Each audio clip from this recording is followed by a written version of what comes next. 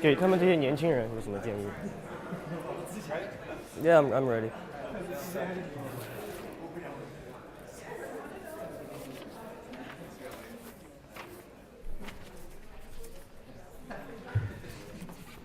Ready? Good morning, ladies and gentlemen. I'm here today to introduce Jiahui, a young man I've known for many, many years.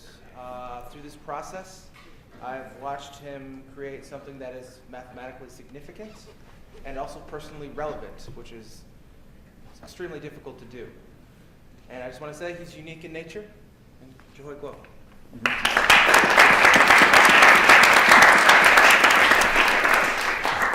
So first of all, I want to thank everyone for coming to my senior project presentation, and especially for the people that's sitting on that side of the room, because even though you can't really see the screen, but you stayed anyway. So for my senior project, I created two distinct products. One, as you can see, is a mathematical model for predicting the conditions required for successful nonviolent democratic revolutions. You guys don't need me to explain that. And the other one is called Tan Tan's Story. It's a writing piece. It's a novella that I had written. It's a semi-fictional and semi-autobiographical piece that I wrote about my own development growing up as a Chinese youth, and in which I tried to tell stories that tells you some aspects of modern Chinese society. But today, I really want to talk about the process that I have been through for these two products. So if you have any questions about the products themselves, please feel free to ask them during the answering question period. So I'd like to start talking about my goals for my senior project. So I want it to be a real thing. I want it to be a real project that can make me happy and proud. I've been to a lot of senior project presentations before, and thinking about doing my own project one day is always exciting but also intimidating. And I've been at the Ross School, this is my 4th year, and I think Ross has its unique and exciting approach to learning, which I've been able to retrace the development of human society over time. Studying in such integrated way of education, I wanted my senior project to reflect this idea of integration. And the last summer, I spent taking 2 classes at Harvard Summer School, one modern Chinese history class and the other one a math class on calculus and differential equations. So at first glance, these classes appear to have little in common except for that Chinese people study math in summer. But in my math class, I saw something that's amazing. It's a model that models the love relationship between Romeo and Juliet. It was my first time seeing a quantitative approach for such intangible events. And in my education, I've studied lots of revolutions, such as Martin Luther's Reformation. We studied Gandhi last year, and so I got the idea of writing a model that models a revolution. And I thought if history is presented on a timeline, I wanted to capture the trends of democratic movements and then to quantify them, in turn make more reliable predictions about future movements. So I consulted my math teacher at Harvard. He told me it was really important that I figure out the simplification of the relationships, because in writing or historical documents, intangible factors cannot be accurately represented by simply a number. So what I mean is Shakespeare, when he wrote his play, he didn't write in the following way. He didn't say, no, Romeo is approaching, he's 4.2 meters away from the balcony, which is 3.4 meters elevated. He looks 45 degrees elevation at Juliet, and suddenly his love went up 2.4 love units in 13 seconds. And since they don't do that, and it's really hard for us to figure out the actual relationship, so we have to make generalization about them. And my math teacher asked me something else. What program are you going to use? And my answer was that. What do you mean? I had little idea of programming, and then I realized when the model becomes more complex, you need a computer program to accompany the calculations when it gets too complex. So I started learning the language of MATLAB, which I later used to do the calculation and simulations for my model. And the process of creating the model is actually pretty easy. So you follow the scientific method. You make assumptions, you have your question, you make a sample model, and then you look at it. Use common sense to see if it makes sense.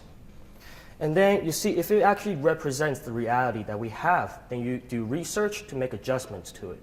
One book was particularly inspiring to me. It's called From Dictatorship to Democracy, written by Gene Sharp. Personally, I consider this as a dummy's guide to revolution.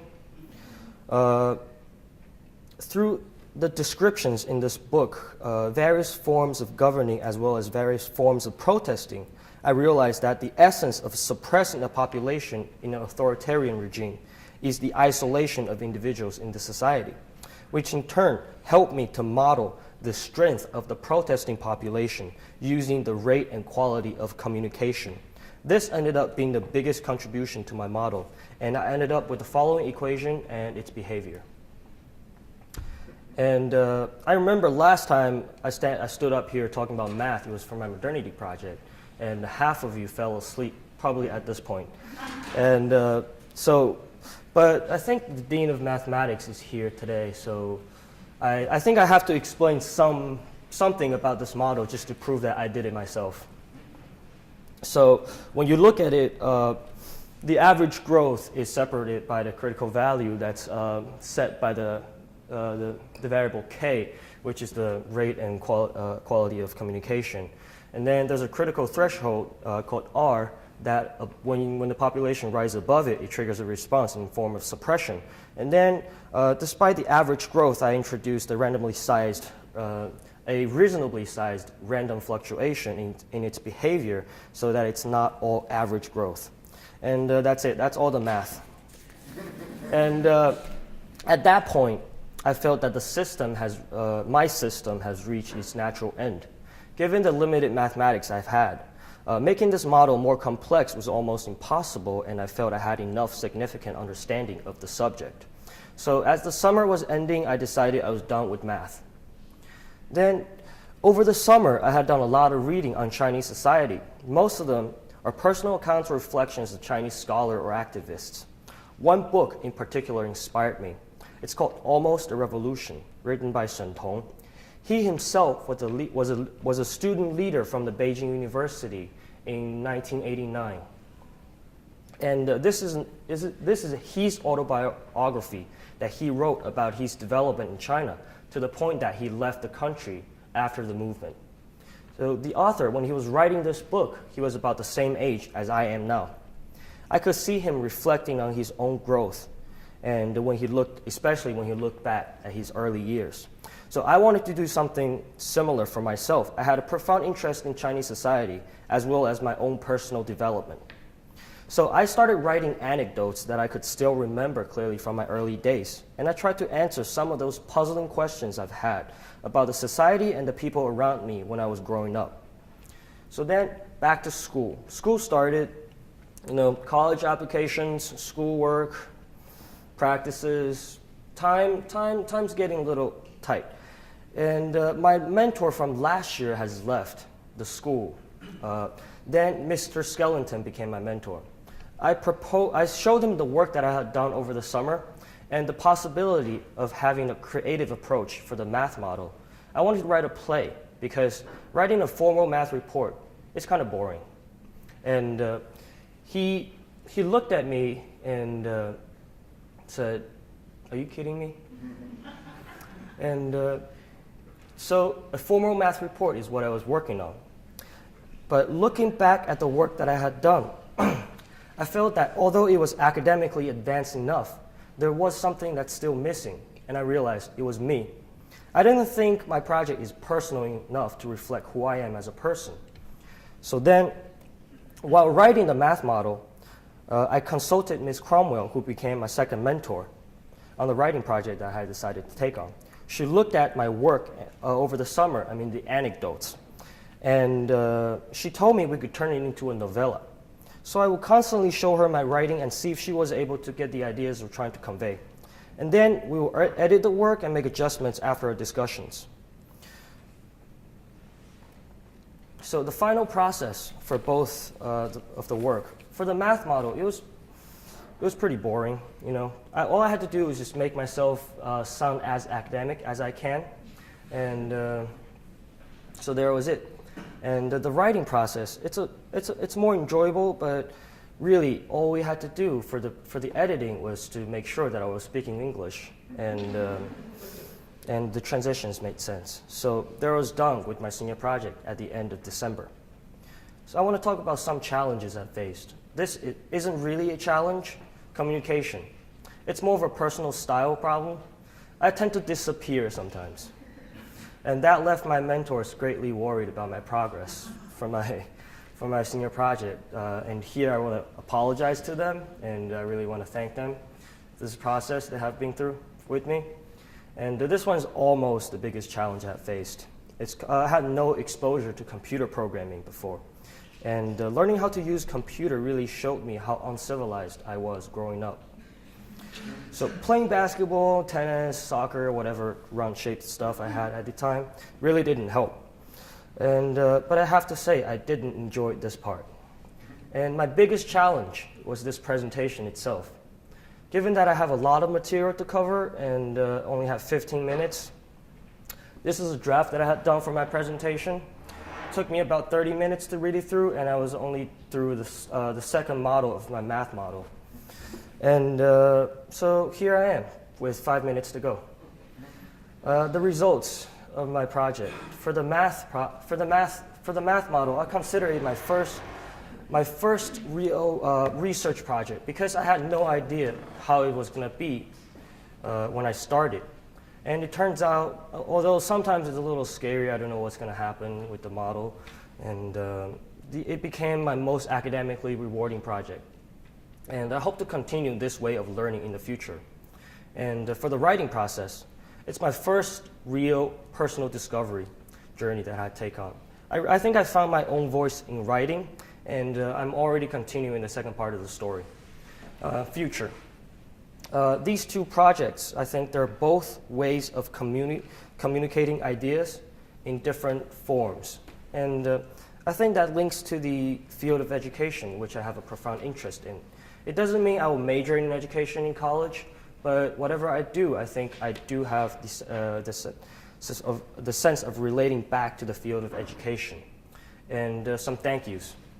I want to thank my parents for creating me and giving me what I have now. And I'd like to thank Al Tuff and Priscilla Garston. They've been my host family, my parents not around, of course. It's my American home, I consider. And Skelly Cromwell for being my mentor, for being so patient with my style of working, which isn't probably right. And I want to thank Dale Scott for the emails, the reminders. I'm not saying this just because she's grading me. I think it's an important thing to realize that she actually cares about every single one of our projects, and I want to thank her for that. And Teresa Lichtenstein, you know, she's such a nice lady, and for agreeing to be my faculty grader, and Ben as well, such a gentleman. I want to thank my friends. I want to thank my friends for being who they are, especially my desk mates, Eric, Jean, Will, Jackie, and Charlie, for keeping it down when people are trying to do work. And I want to thank the Ross teachers. It is your input that has shaped my academic path and made me who I am, being able to think the way I do. And I'd like to thank Courtney Ross for her vision in creating this path for us and her persistence in supporting the school throughout. And before we get to questions, I would like to wish a Happy New Year to all the Chinese people in the room, to all the Chinese people in the room, and the people that just feel like celebrating Chinese New Year. And so, do you guys have any questions?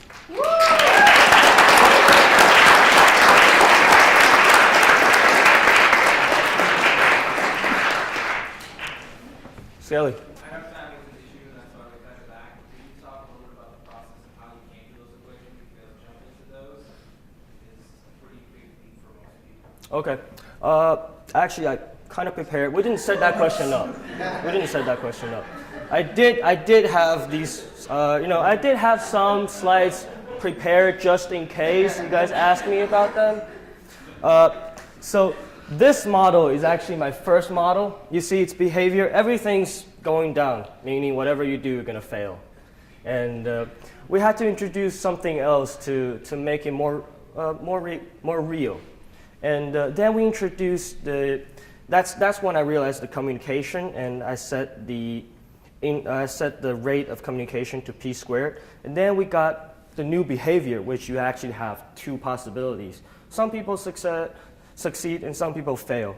So that's a sample process, and this as well. So this is actually a picture that I took from my process folio. So based on the behaviors, I analyzed the model, and then I tried to fit some historical events to it. Like this one, the Martin Luther picture is actually for the second model, where you actually have to increase your rate of communication by a lot in order to lower the critical value for your population to be above the critical value of succeed. So then I thought of this example historically, having the printing press available to them really helped their ways of communicating and boosted their rates a lot, which helped that revolution. But then I looked, it doesn't work for other ones, so I had to make some more changes. Heather. It sounds like MATLAB was one of your biggest challenges for this, or using it, learning to use it. By using the program, did you get to a model that you were satisfied with, that you felt really demonstrated what you had expected, or did you also have discoveries with it that you may not think you would have had if you didn't use it? Well, when you get a model, when you get its behavior, since when you talk to a computer, you have to talk in terms of codes. And when it talks to you back, it doesn't tell you, oh, you should realize this is what happened. So I have to look at the graph and then make connections with real events. And that's what I did. Because it's not the model itself, because it's just the equation. Whatever you plug in, it's going to behave the way it's supposed to. And it's how you interpret the behavior and see how that could be in the real life scenarios. Eric? How do you feel after the presentation? Well, I'm still in my presentation, so, but I think this will be the last day for me that I could use senior project as an excuse for anything. And no, that's part of the process. I should have been done by now. And I feel great. Ben? How many revolutions did you look at? I know you talked about Martin Luther. Well, in the process of writing my model, I had Jesus, then Martin Luther, and then the Chinese Democratic Movement, and then Arab Spring. And you did use that one? Yeah. So there's four stages of development. Jing? So from your senior project, it's kind of obvious that you want your academic ability is kind of beyond us. So do you have any suggestions for common people, normal people like us? But you're done with your senior project, though. Yeah, I mean the life after. The lives after us. High school. Yeah. So I guess for future generations of Ross scholars, I think they should really do something that they feel comfortable doing, and also that they enjoy doing. They don't do it just to do a senior project. You really want to do something that you're happy showing your grandkids if they come to Ross 50 years from now. See, that's what I did. You guys can never top that. Shay. Congratulations. Thank you. Of those four revolutions, how many did your models suggest were successful? Well, I mean, the Chinese one did fail. So my models are not there to be as a specific revolution. As you can see, this is not working with me. Each line is actually a individual revolution with different initial populations. So in the case of the Chinese one, it's the one that failed. And in the other ones, that's the ones that are able to jump through the critical value. Oren? It seems like communication is really necessary for a successful revolution according to your models. I was wondering if you could comment on China's ban on things like Facebook and Twitter. I can say that they're doing great in terms of suppressing people, and but my model, it doesn't what I just said. There are lots of aspects that goes into a revolution, and it's also to make the process easier for myself. I consider them as democratic revolutions, so that the total population stays the same, means nobody dies. That's one less thing that I have to worry about when I make my model. And but I don't mean when you make it simpler, it makes it worse. It's just whether it tells you enough that you feel comfortable with. Maria? Can you elaborate a bit more on your personal writings? Sorry? Can you elaborate a bit more on your personal writings?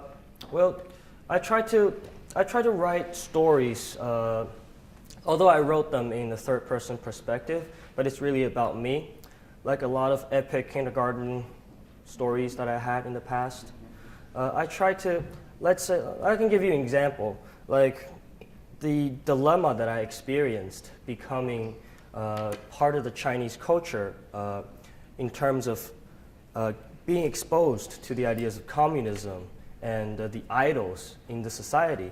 And then when you take a step back, when you look at the people and their behaviors in the society, you don't see the same thing.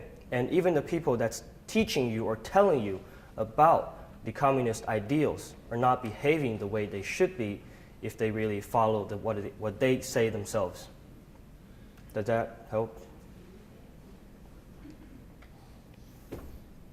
Thank you.